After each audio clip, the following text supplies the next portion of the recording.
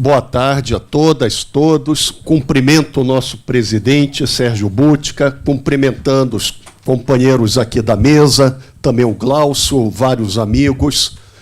Quero começar com a seguinte questão. Por volta do primeiro governo da Dilma, o Brasil passou por uma grave crise que era uma encruzilhada de destinos, significando quem pagaria o preço da crise. Ou se os mais ricos pagariam, ou se a maioria trabalhadora. Aí um dado da sociedade brasileira sempre deve ser apresentado. Professor, só um instantinho aqui. O índio, a filha dele teve um acidente e ela está precisando sair. Tem alguns carros que estão atrapalhando. O AM 6715, o BB 2619, o DD 7125, o AR 4020. Vamos dar a mão para o companheiro que ele precisa socorrer a filha. A sociedade brasileira, ela é uma das mais desiguais do mundo. Nós temos os 10% mais ricos controlam muito mais da metade das riquezas. O 1% mais rico controla cerca de 25% da riqueza. Nós não encontramos essa concentração de renda em nenhuma sociedade moderna, na qual 1% tem tanta riqueza, tanto poder, tanto patrimônio. E mais, quanto você investiga ainda os mais ricos dos mais ricos, nesse 1%, você chega ao 0,1%. Eles controlam mais de 8% da renda. E o milésimo, 0,05%, controlam também uma importância fenomenal. Significa, apresentando, os 70 mil mais ricos no Brasil apresentam uma renda mensal superior a R$150 mil. Aí aquela questão, presidente, quantos você conhece que ganham mais de 150 mil por mês? É muito pouca gente, ou empresariado, ou da elite burocrática do judiciário, ou quem tem ativos financeiros. E é este setor que foi o único que teve aumento da renda com o golpe de 2016. Quando você vê este setor que ganha acima de R$150 mil, teve um crescimento na sua renda. Quer dizer, os mais ricos se tornaram ainda mais ricos. E quem é que paga o pato? Em detrimento de quem? Da maioria trabalhadora. Podem observar, nos últimos 2 anos do golpe, praticamente todas as categorias trabalhadoras, sindicais, tiveram perdas salariais, tiveram arroxo salarial e também uma substantiva perda de empregos com carteira de trabalho. Aí as medidas deste bloco que assume o poder com Temer em 2016, com o empresariado, os setores rentistas, financeiros, banqueiros e a elite estatal em Brasília. A gente observa que, em primeiro lugar, a reforma trabalhista, que vários colegas apresentaram, ela procura retirar direitos, diminuir salários e cortar alguma das condições de defesa da classe trabalhadora desde o período de Getúlio Vargas. Alguns setores foram devastados já por esta reforma trabalhista pelas terceirizações. Quando nós investigamos o emprego-trabalho agora, em setores como serviços, supermercados, você não consegue mais um emprego nem com um salário mínimo. você não está conseguindo nenhuma jornada, porque às vezes você perdeu até mesmo espaço para o almoço, ou o feriado, ou o domingo, e a diminuição absoluta do número de empregos. Quer dizer, é o interesse de um empresariado selvagem, de um empresariado no capitalismo primitivo que tinha este projeto de poder. Este projeto, ele também apresenta a pior remuneração para o salário mínimo em décadas. O que acontece com o salário mínimo?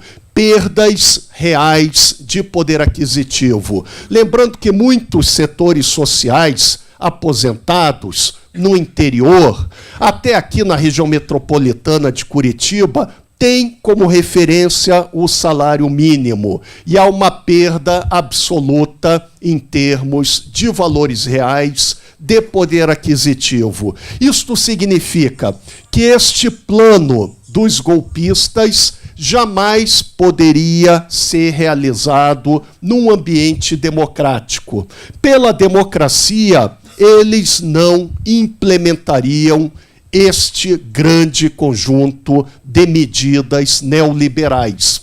Eles tiveram que afastar a presidenta Dilma, que foi eleita sem nenhum crime de responsabilidade por políticos do naipe, do perfil de um Eduardo Cunha, que é um tipo altamente inserido em corrupção, em malfeitos, em formas de recrutamento parlamentar, que logo depois foi preso. E é também um parlamento conservador que pode ser avaliado pelas seguintes condições.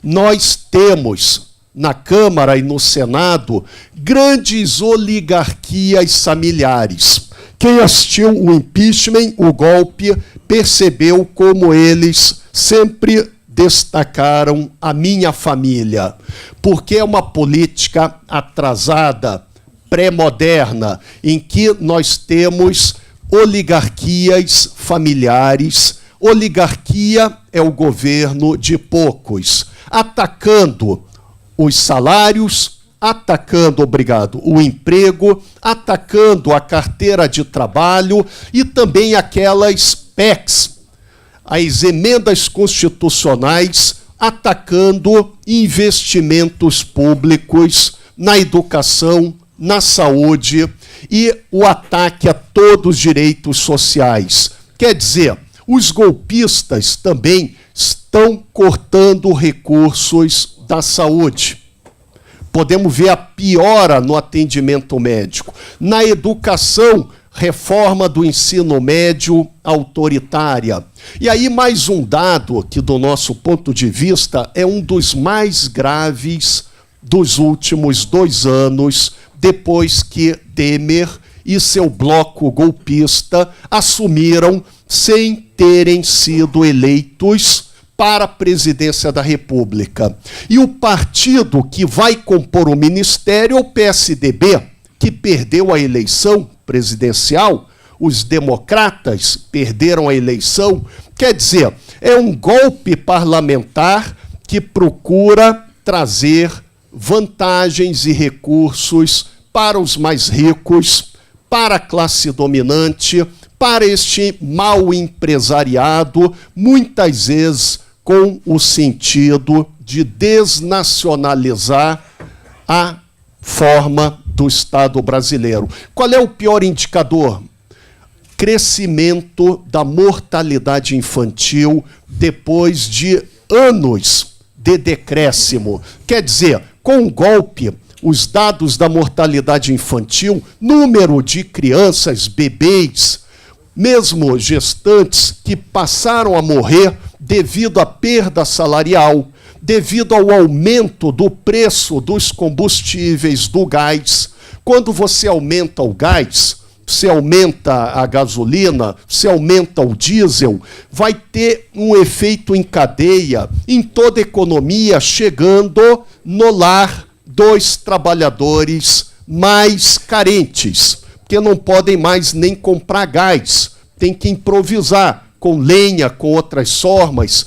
O que há de aumentos, de queimados, que não podem comprar mais o botijão de gás, é impressionante. E é também um ataque a políticas para os setores mais carentes, como Bolsa Família. Sempre foi uma política para combater a desigualdade social. Então, quer dizer, o bloco golpista, ele apresenta um verdadeiro desastre social. Trabalhadores perdem, metalúrgicos perdem. Quando a gente vê também esta operação política na justiça, que é a Lava Jato, todos concordam que devemos combater a corrupção. É como tirar pulga do seu cachorro, do seu gato. O tempo todo a corrupção tem que ser combatida. Mas você não vai matar o animal, o pulguento, para eliminar as pulgas. O que a Lava Jato fez na construção civil brasileira, nos polos navais, em vários setores, também com impacto aqui no setor metalúrgico, foi devastador. Mais de 900 empresas fechadas, mais de 1 milhão de empregos perdidos e a destruição de vários polos produtivos, como é o caso, vi há pouco tempo, uma tese sobre Rio Grande, Polo Naval Rio Grande do Sul. Foi praticamente, exterminado enquanto produtor de navios, de plataformas que passam a ser compradas no exterior. Da mesma maneira, a política da Petrobras. Por que houve o caminhonaço, a greve dos caminhoneiros? Eles não aguentavam mais pagar o preço do diesel, como o trabalhador não aguenta mais reajustes, às vezes até diários, na gasolina, no gás, e tudo isso para beneficiar interesses do mercado internacional, do grande acionista privado da Petrobras nos Estados Unidos, a importação do Brasil do diesel, que o Brasil exporta óleo bruto e importa diesel, mais de 2 bilhões agora na balança comercial, como uma política que atende o mercado privado, o investidor, o acionista, o especulador. Contra quem? Contra nós, contra o caminhoneiro, o trabalhador, contra o setor produtivo da logística, contra você que tem seu carro, sua moto, pega o ônibus, consome gás. Quer dizer, cada política pública que nós estudamos nos últimos 2 anos, emprego, trabalho, salário mínimo, sofreram violentos ataques. Também para sermos otimistas, o bloco golpista tem seus limites políticos. Onde é que eles já bateram na trave devido à nossa organização de lideranças sindicais, como aqui na mesa, em vários setores, as centrais sindicais, os partidos de esquerda, a reforma da Previdência, porque era o objetivo do bloco dominante, neoliberal, golpista, abotoar, também roubar anos da Previdência do trabalhador brasileiro, para repassar aos grandes interesses econômicos, financeiros, internacionais. Então você desmonta a saúde pública para beneficiar planos privados de saúde. Você ataca a escola e a universidade pública para beneficiar interesses privados. Por isso é que nós entendemos porque nesses 2 anos apenas a minoria mais rica, quem ganha acima de R$150 mil, teve grandes ganhos de renda, grandes ganhos patrimoniais, porque foram subsidiados da massa de salários dos trabalhadores que tiveram arroxo salarial, tiveram aumento do desemprego. E é uma política tão miserável, porque quando o trabalhador ganha mal, está desempregado, arroxo salarial, todo pequeno comércio, pequenos serviços vão igualmente mal. Quem tem uma padaria num bairro na periferia está na crise. Quem tinha uma agência de turismo está em crise. Quem tem, às vezes, uma pequena metalúrgica de bairro, atendendo também uma clientela, quando os trabalhadores perdem salário, perdem renda, todo este grande conjunto social da maioria piora. E aí, mais um efeito nefasto. Quando há uma crise social como a brasileira, aumento da pobreza, aumento do desemprego, o que é que explode, infelizmente? Aumento da criminalidade, da violência.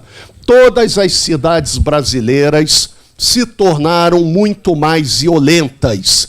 E, às vezes, a polícia também está tendo muitas dificuldades, que é um ambiente de deterioração social. É o que nós sempre falamos. Qual é a maior e melhor arma contra o crime, contra a bandidagem? Eu digo, é uma escola, é um bom professor. É o que pode pegar o criminoso, convertê-lo num bom cidadão, num profissional que vai arrumar um emprego, vai ser uma pessoa honesta.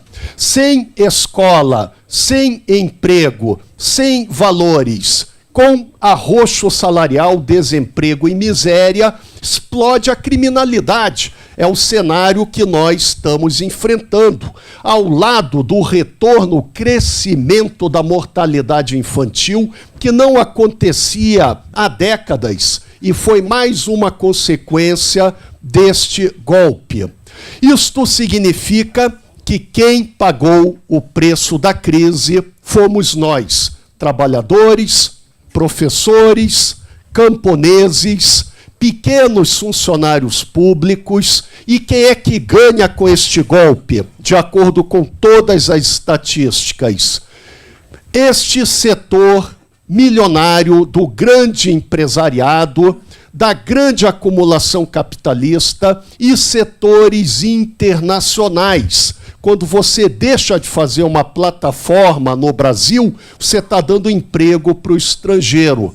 Até o nosso dinheiro, não sei se vocês sabem, parte foi impressa na Suécia. Essas cédulas de dinheiro, ao invés de imprimir na Casa da Moeda, aqui no Brasil, os golpistas terceirizaram para o estrangeiro, para um grupo que vai ganhar dinheiro, emprego, em detrimento do trabalhador brasileiro. E observem, a única forma de combater o golpe é a consciência, a participação cidadã e democrática. E até para estimular todos, não ficar apenas com estas más notícias, o projeto do bloco golpista, deste grupo com Temer, com os ministros todos extremamente problemáticos do ponto de vista da corrupção, o Padilha,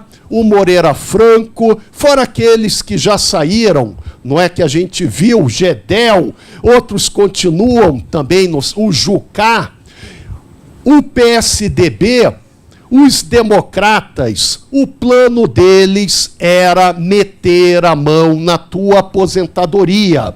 Iam te abotoar, só não conseguiram, porque a reação foi muito intensa e começaram também protestos e agora esta greve legítima, desesperada dos caminhoneiros. Porque os caminhoneiros representam a ponta de lança da classe trabalhadora brasileira também.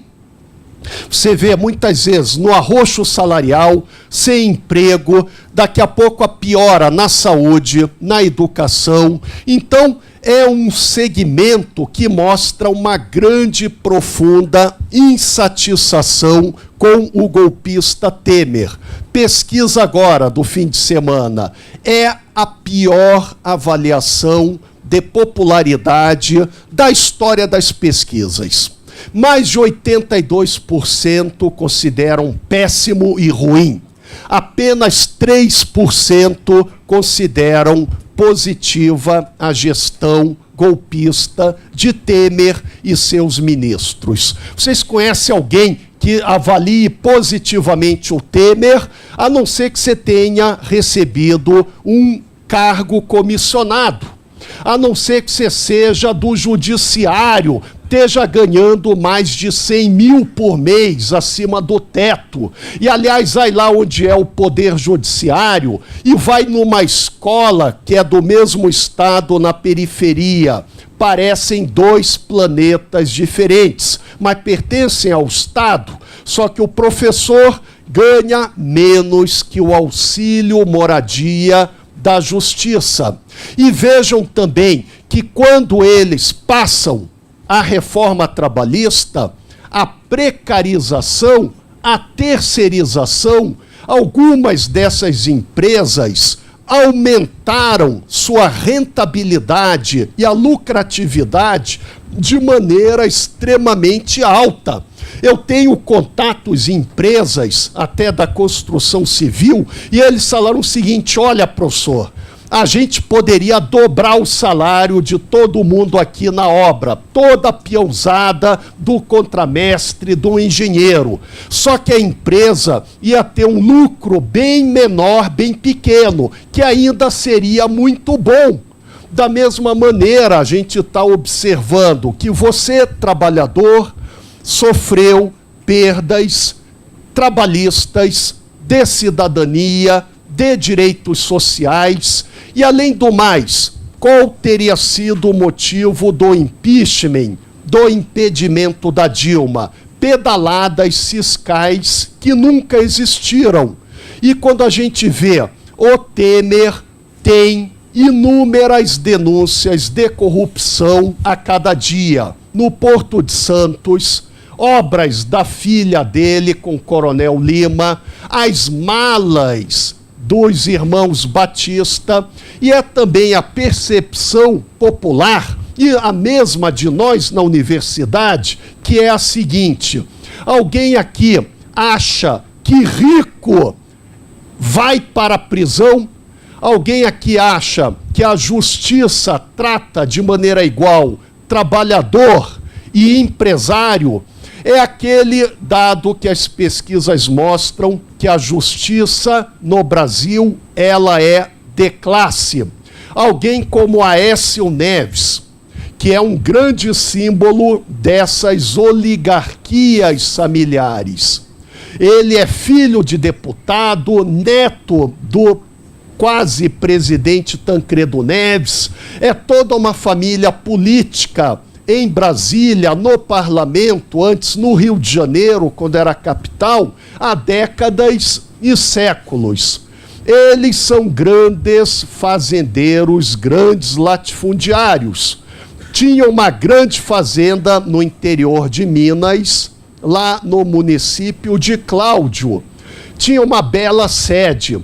Dava o nome da sede da fazenda do Aécio e família, que era Versalhes. Para quem lembra da história da Revolução Francesa, Versalhes era onde ficavam os nobres, o rei, toda aquela elite do antigo regime. Aí o Aécio, para não ter que chegar lá dirigindo numa dessas caminhonetonas importadas, construiu um aeroporto em Cláudio, no município, e a chave ficou com a família. Quem é que paga esse aeroporto?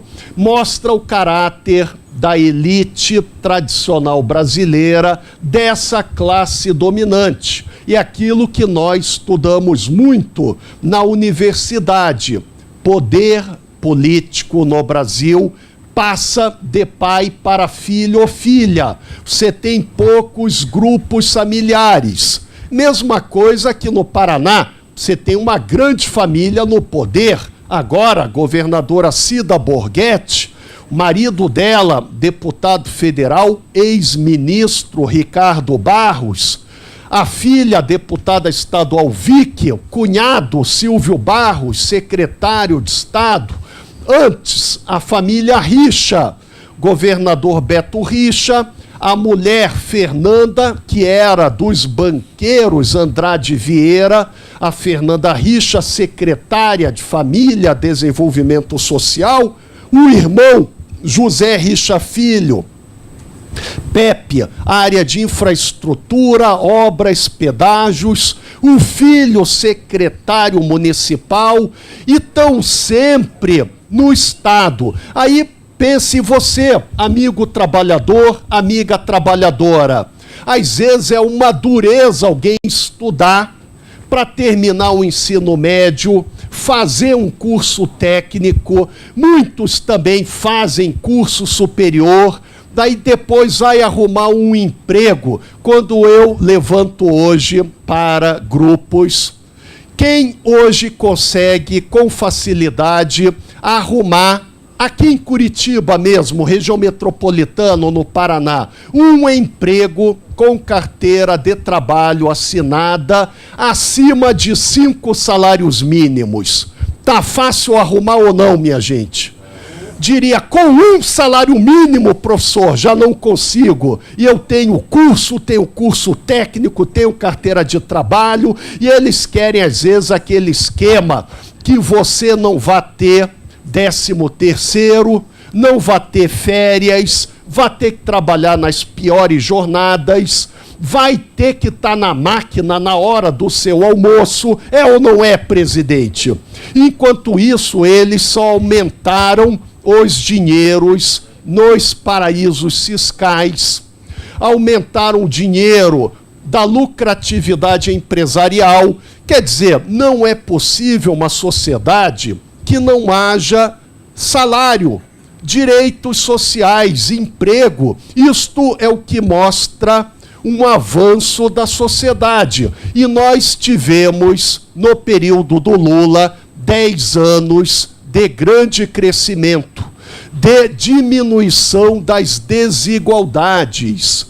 O período do Lula foi um período em que a desigualdade social diminuiu. Os ricos continuaram ganhando muito dinheiro, mas o trabalhador também ganhava, podia ter carteira de trabalho, e categorias que nós conhecemos muito bem sempre foram muito massacradas no Brasil. Pela primeira vez ganharam alguma cidadania. Empregadas domésticas, no período do Lula, não é, da Dilma, chegaram a ter carteira de trabalho, regulamentação da jornada, podia ter o seu filho entrando na universidade, o trabalhador pobre podia começar a entrar no aeroporto, podia começar a ter cabeça erguida. Tudo isso desperta o ódio deste grupo dominante que tem uma visão neoliberal. Eu conheço, como todos, bons empresários, tem uma visão que o trabalhador deve ter uma boa remuneração, deve estar capacitado, deve ter cidadania, e até acreditam na democracia. Mas muitos têm como visão para nós, trabalhadores assalariados, o menor salário possível. Se puderem enfiar a mão para tirar teu 13º, estão enfiando no teu bolso a mão para aumentar o lucro. Se puder roubar a tua saúde, vão roubar. E aí aquilo que nós estamos assistindo, piora dos índices de saúde, crescimento da mortalidade infantil e mais, eles rasgaram a democracia. Quem não gostava da Dilma poderia e deveria ter esperado as eleições, tirar uma presidenta eleita pelo voto popular, para colocar uma verdadeira quadrilha, que aí está montada com Temer, seus ministros. quadrilha que você chegou até a gravar com as malas de dinheiro, Aécio Neves, filmado, rastreado. Quem aqui conhece bem de São José dos Pinhais também o Rocha Loures, não é? Você não é admirador dele, não é? Quer dizer, também estava no rolo. E aí eu pergunto, alguém foi preso?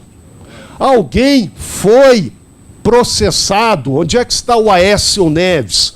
E o Fernando Henrique Cardoso, mesmo sendo colega sociólogo, infelizmente, viram, o presidente viu agora, revelaram os correios eletrônicos, o e-mail dele com a Odebrecht. Ele só falava o seguinte: o de sempre, deem dinheiro para os senadores do PSDB. Ele comprou a reeleição de maneira escancarada. Ele tem uma série de irregularidades. E algum juiz Moro, Lava Jato, vão intimá-lo para alguma avaliação, alguma condução coercitiva, tudo documentado. E aí a gente vê também o presidente Lula, como todo homem na política, tem vantagens, tem desvantagens, muitos acertos, alguns erros, mas a questão da prisão do Lula, na nossa opinião, é uma prisão política, porque ele não é dono do imóvel, do famoso triplex. Se chegarem para você, amigo trabalhador, você é dono de alguma propriedade, alguma casa, algum apartamento, você tem que ter algum documento, você tem que ter algum registro, você tem que ter algum contrato. Não havia nada disso e aceleraram o julgamento de Lula em todas as instâncias para torná-lo um preso político. Porque mesmo ele preso há 2 meses, ele continua muito na frente das pesquisas de opinião. Você pode gostar, pode não gostar do Lula, mas ele é um preso político e, além do mais, ele é o homem que está na frente das pesquisas de opinião, porque ele ainda está na memória, no coração da maioria do povo trabalhador brasileiro. Porque todos lembram do período do Lula. Eu, na universidade, como professor há quase 30 anos, eu digo, para mim, foi o melhor período da nossa universidade. Crescimento, entraram estudantes pobres, entraram negros, entraram periféricos, exatamente quem mais está sendo prejudicado pelo golpe. Veja, na periferia, o trabalhador, o quilombola, o índio, como eles, mais o camponês, os mais pobres no Brasil, os que mais sofrem com golpe. E aí também essa questão que falam muito da intervenção militar. Qual é a minha opinião e posição como professor? Vejam bem, em primeiro lugar, eu já era jovem, já era praticamente adulto no governo do general Figueiredo. Como muitos aqui, basta perguntar como é que foi o governo do Figueiredo. Inflação altíssima, corrupção muito elevada, pobreza, dívida externa. Você teve um governo do Figueiredo entre 79 e 85, que foi um governo muito ruim, com muitos problemas. E basta analisar pesquisas internacionais. Quais países do mundo são governados por militares ou por ditaduras militares? Quais são esses países? Os mais atrasados, não é? Os países africanos, quando são neoliberais, uma ditadura militar, uma intervenção. Os países que nunca tiveram legitimidade, credibilidade, porque a única força que garante legitimidade, credibilidade, crescimento e cidadania e progresso é a democracia. Fora da democracia tem seus problemas, mas qualquer outro sistema de governo é muito pior. E tanto o governo da ditadura, governo da intervenção militar, do general Figueiredo, foi ruim que eles tinham um partido. Se chamava Arena. Se o Figueiredo fosse um cara que se garantisse, a Arena continuaria, disputaria eleições e ganharia no voto. Por que que o Figueiredo acaba com a Arena e vem o PDS? E onde é que está o PDS hoje? Quem era jovem nas eleições de 82, presidente Sérgio ainda é novo, mas, quer dizer, em 82... o PDS leva uma surra eleitoral, porque o povão não queria. Aí tem que ser realmente, não é competitivo. Você pode ter críticas de políticos, deve ter, de partidos, mas na hora da democracia, do voto, da competição eleitoral, é que a onça vai beber água. Por que é que o Lula está em primeiro lugar e também o PT, mesmo como prisioneiro político e golpe? Como também setores do MDB, temos gente boa lá, é ou não é, presidente? O Requião, senador Requião, grande liderança nacionalista, com papel, da minha perspectiva, muito bom no Senado, como a gente tem vários nomes que estão aí. Agora, quem chega ao poder pelo golpe, para tirar direitos trabalhistas, para o arroxo salarial, para retirar direitos da saúde, da educação, com congelamento para privatizar o neoliberalismo. Quem aumenta a mortalidade infantil? Quem massacra os mais pobres e vulneráveis na sociedade brasileira? O camponês sem terra, quilombola, o indígena. Quem piora a criminalidade, que hoje está todo mundo com medo de chegar em casa, quem trabalha, quem estuda, quem tem seus filhos, não dá para continuar com essa criminalidade que é também fruto da crise social e econômica. E mais, tudo isso foi feito no Brasil quando 99% da população praticamente tem piora na expectativa de vida, no poder aquisitivo, nas condições sociais, para que uma minoria no Brasil e principalmente no exterior se beneficie extraindo recursos do Brasil. Porque o Pedro Parente, que caiu, ele aumentou o preço do diesel, da gasolina, do gás, para enriquecer o investidor estrangeiro. Quando eles falam, o mercado reagiu mal à saída de Pedro Parente. É uma boa notícia, porque são investidores internacionais, especuladores, que querem te depenar, querem tirar a tua escola, querem piorar teu transporte, a cidadania, como eles roubaram o voto popular. Se você perde uma eleição, vá disputar a próxima, vá debater, vá se mobilizar.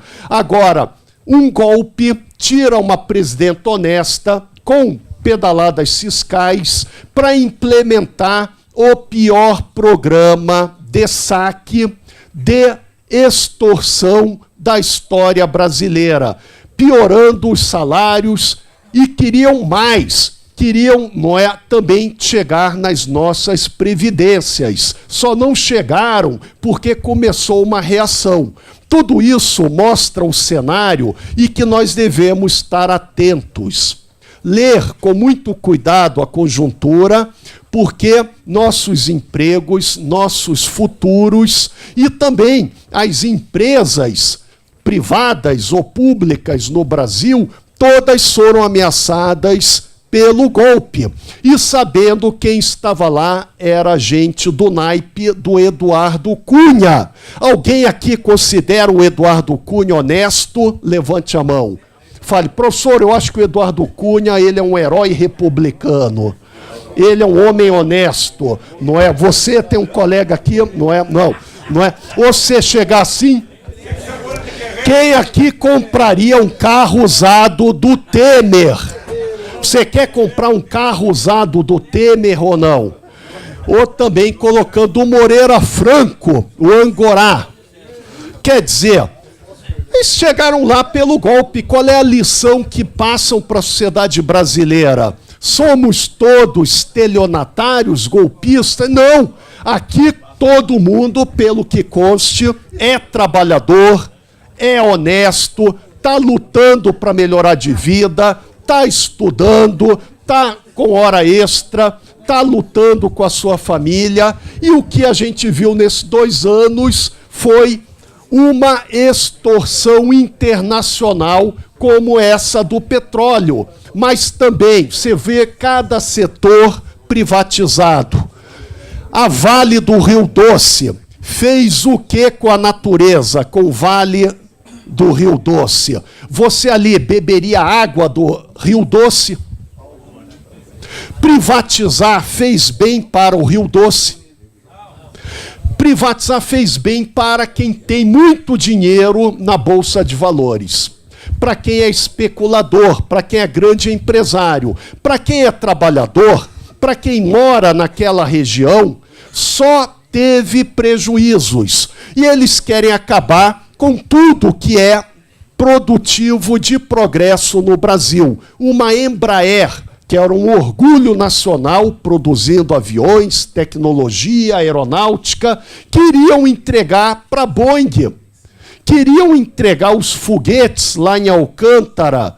Então, todo o projeto brasileiro, quando a gente vê, piorou o desmatamento, porque são bancadas de latifundiários que têm uma visão neoliberal e que têm um projeto para o Brasil que é este destes 2 últimos anos. Para concluir, presidente, se alguém tinha alguma dúvida se seria impeachment ou golpe, se teria algum ganho ou perda, se os brasileiros teriam um bom governo ou teriam a extorsão, o estelionato. Eu acredito que esses 2 anos na prática do golpe, do Temer, desses setores podres do PMDB, do PSDB, dos democratas, Bolsonaro também deu o golpe, não é? Todos eles são os responsáveis pela situação do Brasil.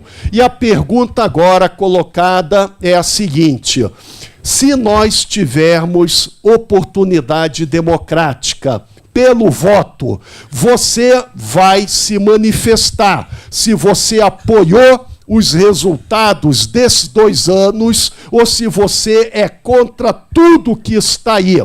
Quem é contra tudo que está aí tem as opções também. Pode ser um Ciro, pode ser um Lula, podem ser nomes que queiram uma mudança. Agora, é fundamental a participação democrática cidadã, e eu diria, o Brasil hoje, com esta crise, está no fundo do poço, e a rejeição do Temer é a rejeição do golpe, que fora da democracia não há salvação para nenhum país. Obrigado.